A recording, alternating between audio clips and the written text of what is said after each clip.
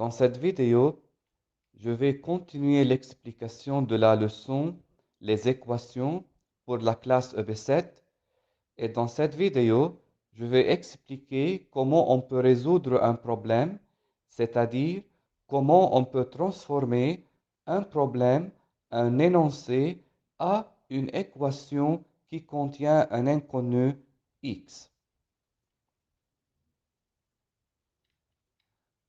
L'énoncé du problème, on dit que nous avons deux nombres qui ont pour somme 400.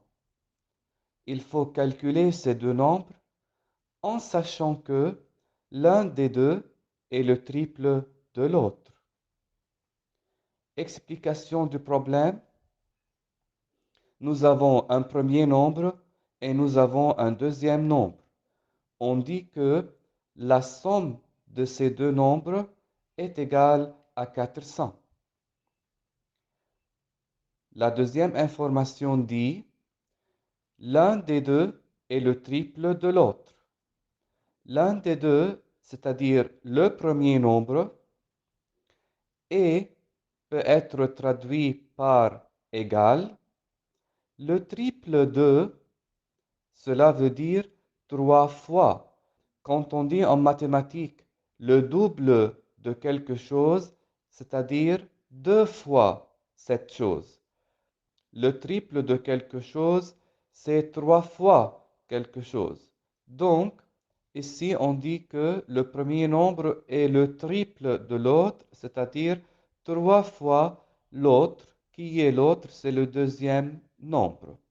Vous remarquez ici que dans la deuxième phrase, nous avons une équation entre les deux nombres. Le premier nombre est égal à 3 fois le deuxième nombre. Il y a une égalité entre les deux. Et on remarque bien sûr que le premier nombre existe deux fois dans la première phrase et dans la deuxième phrase. C'est-à-dire, on peut changer le premier nombre qui se trouve dans la première phrase et mettre à sa place 3 fois le deuxième nombre. Parce que nous avons dit que le premier nombre est égal à 3 fois le deuxième nombre. C'est-à-dire, je peux changer, je peux remplacer le premier nombre par 3 fois le deuxième nombre. Et j'obtiens une équation qui dit 3 fois le deuxième nombre plus le deuxième nombre est égal à 400. Ici, qui est l'inconnu? C'est le deuxième nombre. C'est pourquoi je peux remplacer le deuxième nombre par un inconnu qui s'appelle x. Pour ne pas écrire deuxième nombre tout le temps, je remplace le deuxième nombre par une petite lettre qui s'appelle x. C'est l'inconnu. Qu'est-ce que j'obtiens?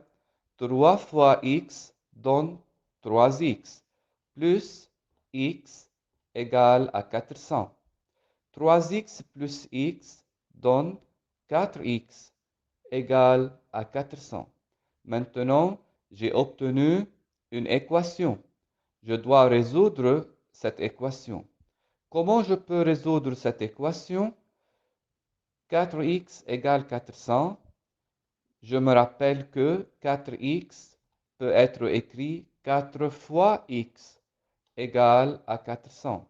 Pour pouvoir éliminer la multiplication qui se trouve entre 4 et x, pour pouvoir trouver x, je fais une division sur 4. Je divise sur 4 parce que x est multiplié par 4. Et n'oubliez pas que je dois diviser toute l'équation par 4.